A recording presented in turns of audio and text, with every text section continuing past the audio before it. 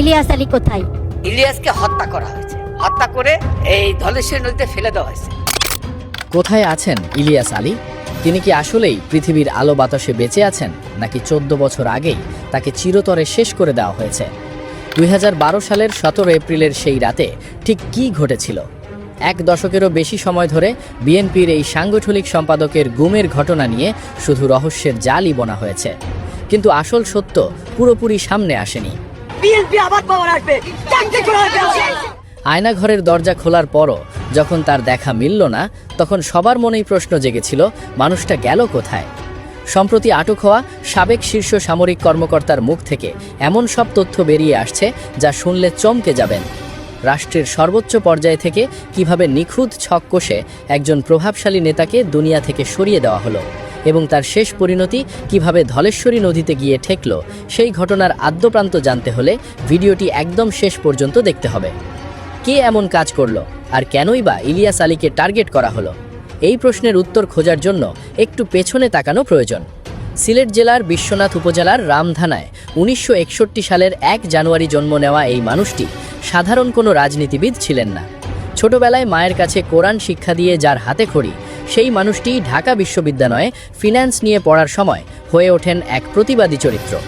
কবি জসিমউদ্দিন হলে থেকে ছাত্র রাজনীতির পাঠ নেওয়া ইলিয়াস 80-র দশকে এরশাদ বিরোধী ছাত্র আন্দোলনে এমনভাবে জড়িয়ে পড়েন যে 1987 সালে তাকে বিশ্ববিদ্যালয় থেকেই বহিষ্কার করা হয়। সেই ছাত্রনেতা সময়ের স্রোতে হয়ে ওঠেন সিলেটে বিএনপির এক অপ্রতিদ্বন্দ্বী মুখ। কিন্তু সরকারের চোখের বালি তিনি হলেন কিভাবে? আসল কারণটা ছিল টিপাইমুখ বাঁধ আর ট্রানজিট চুক্তি। ভারত যখন বারাক নদীর ওপর এই বাঁধ তৈরির পায়তারা করছিল, তখন বৃহত্তর সিলেটের পরিবেশ ও অস্তিত্ব মারাত্মক হুমকির মুখে পড়ে। এই বাঁধের বিরুদ্ধে যেন আস্ত একটা পাহাড় হয়ে দাঁড়িয়েছিলেন ইলিয়াস আলী। তিনি পুরো সিলেট অঞ্চলকে এক করে ফেলেন, দিনের পর দিন লং মার্চ করেন, রাজপথ কাঁপিয়ে তোলেন। পাশের একটি দেশের সাথে সরকারের ট্রানজিট ও ট্রান্সশিপমেন্ট চুক্তির বিরুদ্ধেও তিনি ছিলেন আপোষহীন।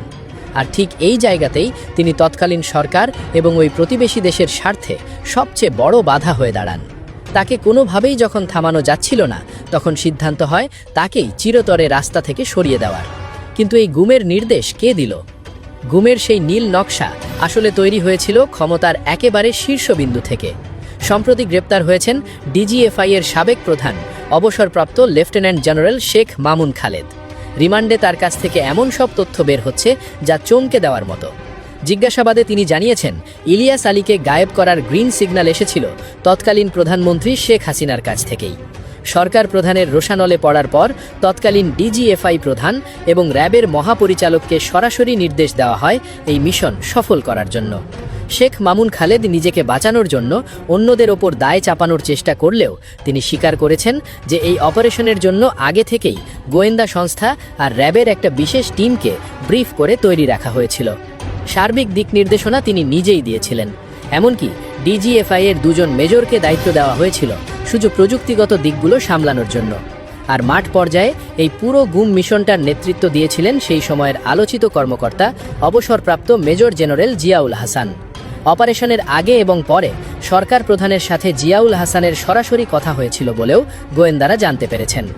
সব তো প্রস্তুত, কিন্তু শিকারকে ফাঁদে ফেরা হলো কিভাবে?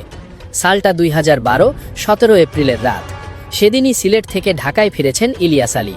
সন্ধ্যার পর দলীয় নেতাকর্মীদের সাথে একটা গুরুত্বপূর্ণ মিটিং করতে তিনি গিয়েছিলেন তৎকালীন শেরাটন হোটেলে।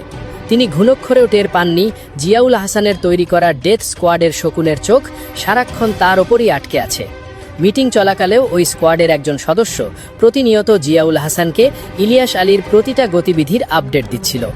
রাত তখন আনুমানিক 11টা। মিটিং শেষে সবার কাছ থেকে বিদায় নিয়ে নিজের ব্যক্তিগত গাড়িতে ওঠেন তিনি। ড্রাইভিং সিটে ছিলেন তার বিশ্বস্ত গাড়ি চালক আনসার আলী। গাড়ি ছুটে চলছিল বাসার দিকে। মহাখালী পৌঁছানো মাত্রই ঘাতক টিমের রাডার পুরোপুরি লক হয়ে যায় তাদের টার্গেটের উপর। নিঃশব্দে তারা ইলিয়াস আলীর গাড়ির পিছু নিতে শুরু করে। গাড়িটি যখন মহাখালী পার হয়ে বনানীর 2 নম্বর রোডের সাউথ পয়েন্ট স্কুলের কাছাকাছি পৌঁছায়, ঠিক তখনই ঘটে সেই সিনেম্যাটিক অ্যাটাক। অস্ত্রে সজ্জিত সাদা পোশাকধারী বেশ কয়েকজন লোক 2টো মাইক্রোবাস নিয়ে এসে আচমকা ইলিয়াস আলীর গাড়ির গতিরোধ করে। কিছু বুঝে ওঠার আগেই ইলিয়াস আলী এবং তার চালক আনসার আলীকে জোর করে গাড়ি থেকে টেনে হিচড়ে বের করে মাইক্রোবাসে তুলে নেওয়া হয়। রাস্তার ওপর পড়ে থাকে শুধু তাদের ফাঁকা গাড়িটা, যা পরে বনানী থানা পুলিশ মাঝরাতে উদ্ধার করে। বনানীর রাস্তা থেকে তুলে সোজা তাদের নিয়ে যাওয়া হয় র‍্যাব 1-এর সদর দপ্তরে। রিমান্ডে পাওয়া তথ্য অনুযায়ী ইলিয়াস আলীকে সেখানে আটক রেখে মারধর করা হয়।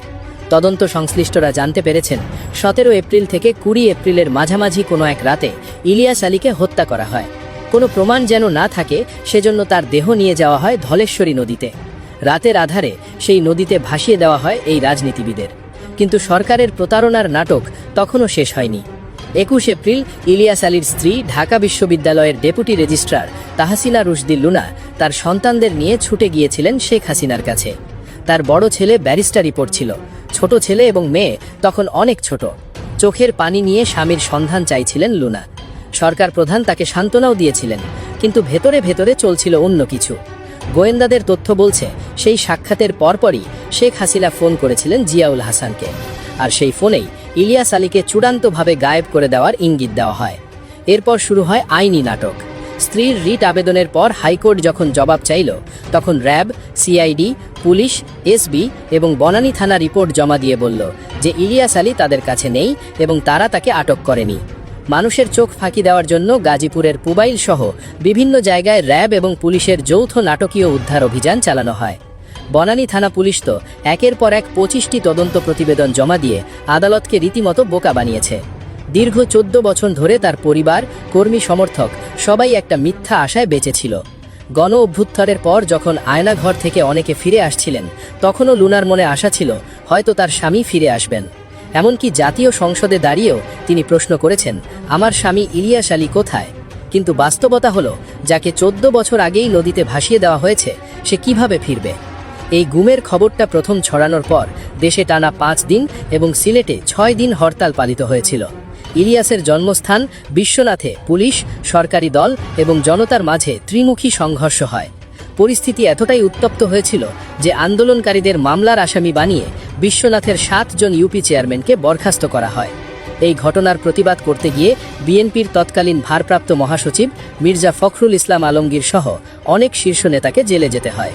জাতিসংঘ, যুক্তরাষ্ট্রের স্টেট ডিপার্টমেন্ট থেকে শুরু করে হিউম্যান রাইটস ওয়াচ সহ সবাই এই গুমের তীব্র নিন্দা জানিয়েছিল। তারা সরাসরি র‍্যাবের দিকে আঙুল তুলে স্বাধীন তদন্তের দাবি করেছিল। এমনকি যুক্তরাজ্যের পার্লামেন্টেও এই বিচার বহির্ভূত গুম নিয়ে বিতর্ক হয়েছিল, কিন্তু তৎকালীন সরকার এসবের কোনো তোয়াক্কাই করেনি। কিন্তু সময় সব সময় একরকম থাকে না। শেখ মামুন খালেদ গ্রেপ্তার হওয়ার পর এখন তাকে বারবার রিমান্ডে নিয়ে জেরা করা হচ্ছে। এই গুমের সাথে জড়িত র‍্যাব ও ডিজিএফআই এর সব সদস্যকে এখন কড়া নজরদারিতে রাখা হয়েছে। এদের অনেকেই দেশ ছেড়ে পালিয়েছেন, কেউ গা ঢাকা দিয়েছেন, আবার অবাক করার বিষয় হলো অনেকেই এখনও চাকরিতে বহাল তবিয়তে আছেন। তবে জাল গুটিয়ে আনা হচ্ছে। 14 বছর ধরে যে সত্য ধাপাচাপা দিয়ে রাখা হয়েছিল, আজ তা পুরোপুরি